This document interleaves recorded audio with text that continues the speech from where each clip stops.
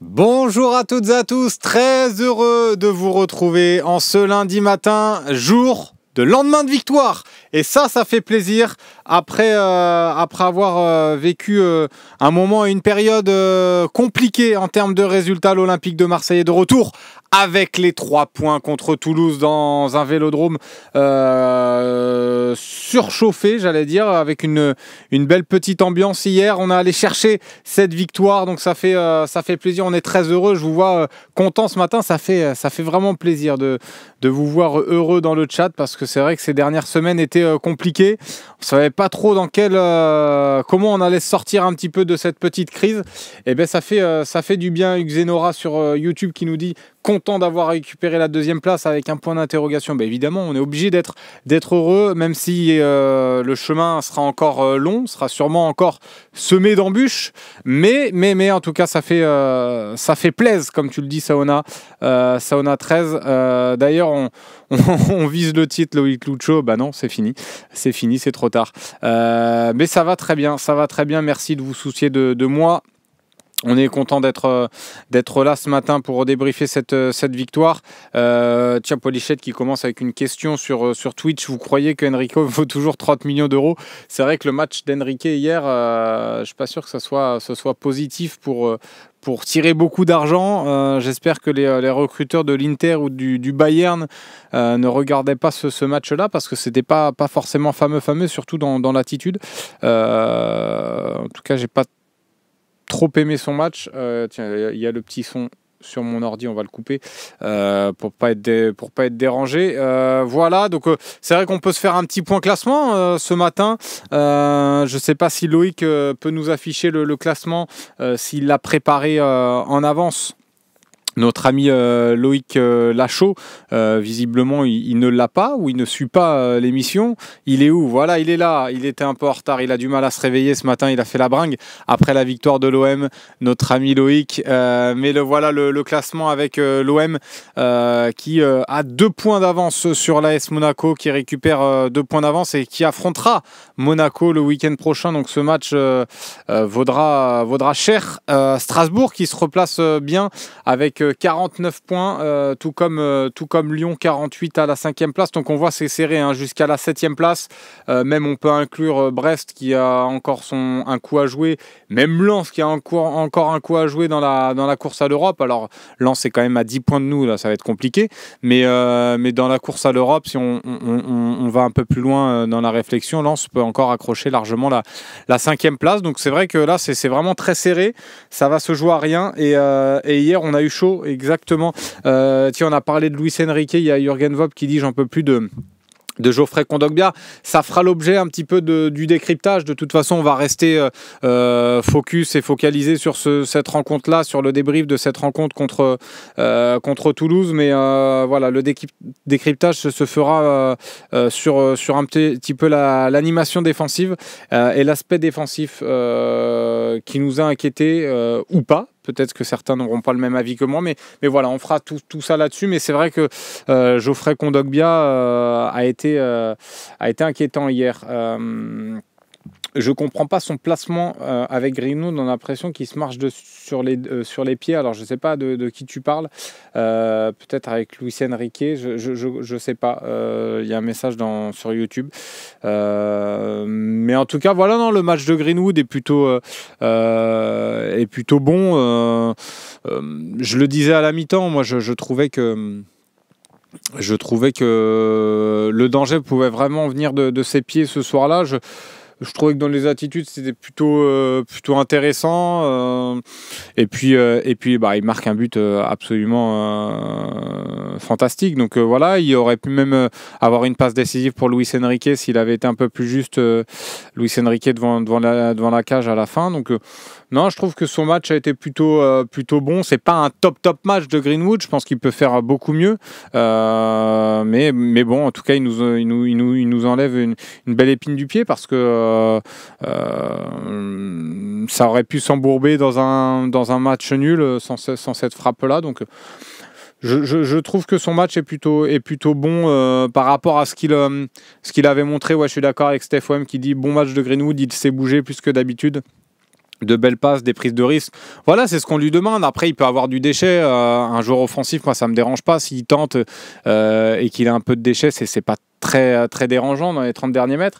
Mais voilà, j'ai aimé sa prise de risque, d'avoir aussi tenté sa chance de loin. Et d'ailleurs, c'est quelque chose qu'on a vu un peu plus. Hier, il y a Rabiot qui a tenté sa chance à un moment en première période, là, la frappe qui est déviée, qui passe juste au-dessus des buts de reste. Quant à Merlin aussi, qui a un peu pris ses responsabilités sur son couloir gauche, comme quoi il en est aussi capable. Donc voilà, il y a quand même des beaux signaux positifs. Tiens, Ben Jomars qui nous dit 13, qui nous dit Rabiot énorme, capitaine sans hésitation, capitaine peut-être dans l'attitude. En tout cas, hier, c'était Kondogbia qui avait le brassard. C'est vrai que je me suis refait la première période. J'ai pas eu le temps ce matin de faire tout le match. Je me suis refait la première période.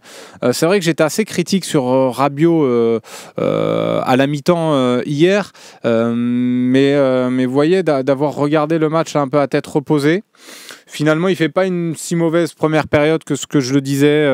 Il y a eu alors des pertes de balles malgré tout. C'était parce que j'avais demandé à la mi-temps aux copains là, sur le plateau de me dire là, les stats des pertes de balles. On m'avait donné le taux de passe réussi de Rabiot, mais ça ne reflète pas forcément les pertes de balles. Et c'est vrai que c'était l'un des joueurs, j'ai revu les stats, qui a perdu le plus de ballons en première période. Mais bon, dans l'ensemble, je trouve que dans ce qu'il essaye d'amener, c'était plutôt intéressant. Et puis sa deuxième période, il est monté encore plus en puissance. Et ça a été vraiment l'homme du match sur cette rencontre contre Toulouse. Donc ouais, Ketson, Merlin, son meilleur match depuis longtemps pour moi. Oui, et encore, c'est pas non plus extraordinaire ce qu'il a fait, mais je trouve que dans son couloir, en tout cas par rapport à la concurrence qu'il peut avoir avec que ce soit Garcia ou Dedic, pour l'instant, il a quand même une petite longueur d'avance. Et c'est bien. Et je le trouve, je sais pas si c'est votre ressenti aussi, et on en discutait là hors antenne avec Loïc. Je le trouve aussi un peu plus en forme. Physiquement, je trouve qu'il est plus à même de répéter les courses, de répéter les courses à haute intensité. Il en a parlé d'ailleurs dans son en zone mixte après au micro de Romain Canuti, où il a dit qu'il était aussi bien à l'aise physiquement, qu'il était capable de répéter ces courses-là. Donc c'est positif sur cette fin de saison de récupérer un Merlin un peu mieux physiquement. Alors ça ne sera jamais un piston ultra rapide, hein, parce que c'est pas sa qualité première. Mais en tout cas, voilà, il a une qualité de pied. Offensivement, il est quand même capable d'apporter. Il a montré hier. Mais donc, c'est positif pour lui et pour la suite de la saison. Dims qui nous dit dommage l'annulation du but d'Euro. Ouais, c'est dommage, ça lui aurait fait du bien. Je trouve qu'il est rentré dans le bon ton collectif. Collectivement, c'était pas mal. Il a mis beaucoup d'envie. Son entrée, tu avais besoin aussi de voir si les entrées allaient apporter quelque chose. Je trouve que voilà, dans cette optique aussi de garder le résultat, il a vraiment affiché un bel état d'esprit. Ça m'a plu. Après, techniquement, il y a quand même encore, je trouve que ça reste insuffisant sur certains contrôles, mais dans l'ensemble, voilà, c'est positif par rapport à ce qu'il avait pu montrer ces derniers mois. Donc non, franchement, c'est top et ça lui aurait vraiment fait du bien, je pense, ce troisième but de la saison. Tiens, OM et que OM qui nous dit, c'est Jeannot qui nous dit Benasser très technique mais dangereux. Alors dangereux pourquoi ?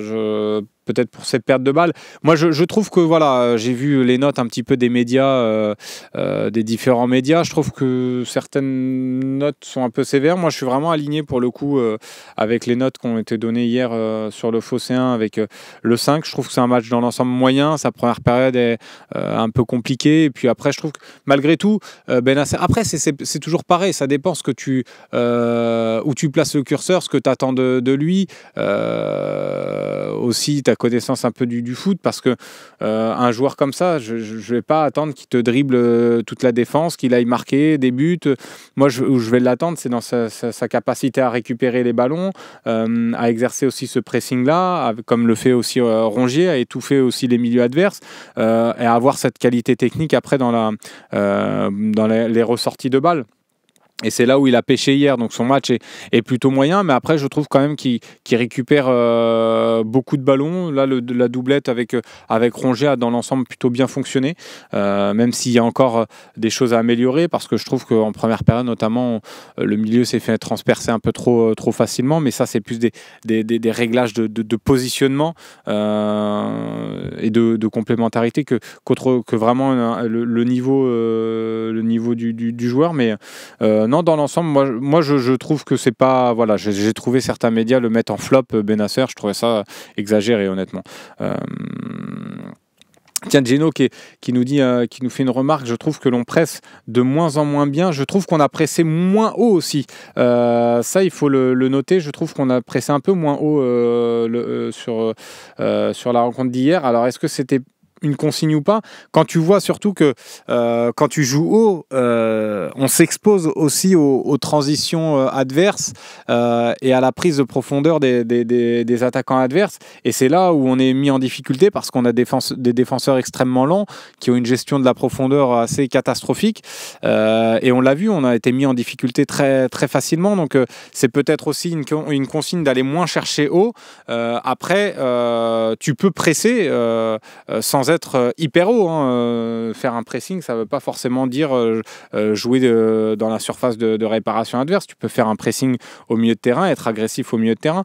Je trouve qu'on l'a plutôt bien fait dans l'ensemble, mais il y a eu quand même des phases qui m'ont inquiété. De toute façon, je vous ai dit, ça fera l'objet du décryptage. Théo qui nous dit la Ligue 1 est vraiment faible quand même, on est toujours second, même avec les résultats récents. Ouais, c'est vrai. Après, on a été second quand même une grande partie de la saison, donc c'est quand même logique. Moi, je trouve que ce serait logique qu'on termine quand même à cette deuxième place-là. On mérite malgré tout cette deuxième place-là, mais c'est vrai qu'il y a eu des faux pas.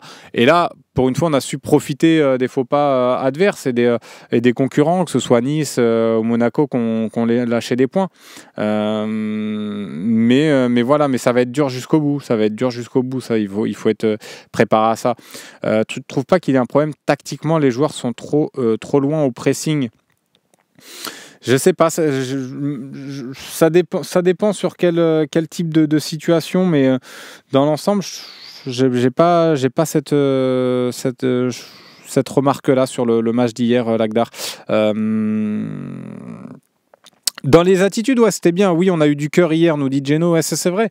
Moi, c'était pas un problème d'attitude que je ciblais à la mi-temps. C'était plus un problème de niveau, peut-être qualité aussi technique. Il y a eu des pertes de balles qui nous ont exposés aussi. Donc, c'était plus moi sur le niveau, le manque de variété encore dans notre jeu offensif, parce que malgré tout, tu te procures très peu d'occasions. Ça peut être aussi problématique contre Monaco, notamment. Mais voilà, non, en tout cas, dans l'état d'esprit, j'ai pas vu des joueurs qu'on lâché, parce que c'était aussi ça qu'on allait pointer du doigt, qu'on allait regarder sur ce match-là. Les joueurs n'ont pas lâché. Et ça, c'est positif aussi pour la suite de la saison. Alicator qui nous dit, j'ai revu dans un match hier, je ne me rappelle plus, le joueur lui met les crampons. C'est le match Saint-Étienne-Lens. Le joueur de Lens qui met les crampons dans le visage d'un Stéphanois. Et c'est vrai qu'il n'y a pas eu carton rouge.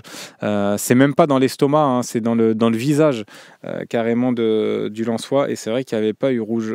Tu as raison. Et quand tu te rappelles le carton de Cornelius, c'est quand même dingue. Ou le carton d'Harit même. Le mérite dans le football, ça ne veut plus rien dire en 2025. Aujourd'hui, les résultats s'obtiennent lorsque tu arrives à être efficace dans les deux surfaces. Non, mais quand je te dis le mérite, par rapport à ce que tu as fait toute la saison. Je veux dire que en termes de continuité, de régularité, cette saison, tu as toujours été à la deuxième place presque du classement. Donc c'est logique qu'aujourd'hui tu sois deuxième. C'est ça que je disais. Après, évidemment, il faut être efficace dans les deux surfaces, mais là, ça n'a rien à voir. DJ Simone qui nous dit tiens, le match d'hier montre l'importance de Murillo. Il ne sera pas un top défenseur mondial, mais c'est un joueur hyper fiable. Exactement, tu as bien résumé le profil de Murillo, et encore, je pense qu'il peut encore mieux faire. Surtout offensivement, je trouve qu'il a eu un peu de déchets dans ses centres notamment, des choix aussi qui n'ont pas été bons, notamment en première période. Mais sinon, oui, défensivement, ça a été de loin le défenseur le plus sûr de l'axe central. The Puncher qui est pas content sur le mot second, et ben on va dire deuxième, très bien. Il nous met la pression, arrêtez de dire second, on dit deuxième. Second, c'est quand on n'est que deux, c'est important. Cette petite rectification. Nas Domino qui nous dit belle rentrée. Oui, bah, belle petite rentrée. En tout cas, par rapport à ce que j'ai dit, c'est par rapport à ce qu'il nous avait montré ces derniers mois, mais c'est pas non plus encore extraordinaire, mais c'est beaucoup mieux. Allez, Nad qui nous a mis le message. Donc on va passer à la première coupure pub, et à 11h17. On va lancer la première coupure pub de cette émission. Et puis on se retrouve juste après.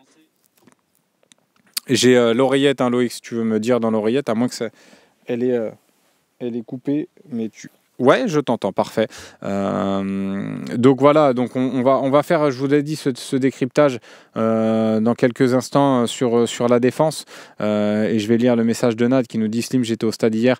Sur chaque attaque de Toulouse, la défense était en difficulté, ça fait peur. » C'est vrai que c'est un peu mon avis, mais de toute façon, je vais vous le dire là dans quelques instants dans le décryptage, après la petite page de pub. Le tacle de Caceres, c'est rouge ou pas pour toi?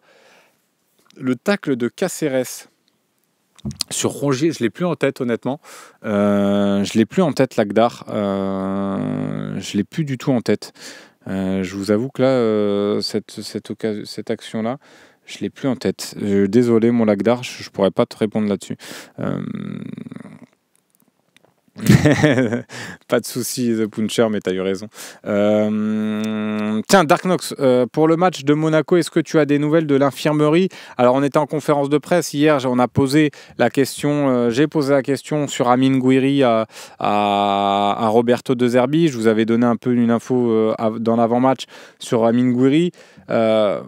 C'était par précaution qu'il n'était pas là. Roberto De Zerbi nous a dit qu'ils allaient faire un point mardi, mais que normalement, il devrait être disponible pour le match contre Monaco, sachant que déjà, tu vas récupérer Højbjerg qui était déjà présent, tu as Nadir, tu as Harit qui sera là, donc voilà, tout ça, Mumbagna qui sera également dans le groupe, donc tu vas récupérer un petit peu tout ce monde-là. L'interrogation aussi, Luis Felipe Ramos. Il a parlé de Balerdi aussi un petit peu, notre ami Roberto De Zerbi, et je pense qu'on le reverra, Balerdi. Honnêtement, d'ici la fin de saison, je pense pas que ça sera une fin de saison pour l'Argentin. Donc voilà. Bon, la pub est terminée, on va passer tout de suite au décryptage.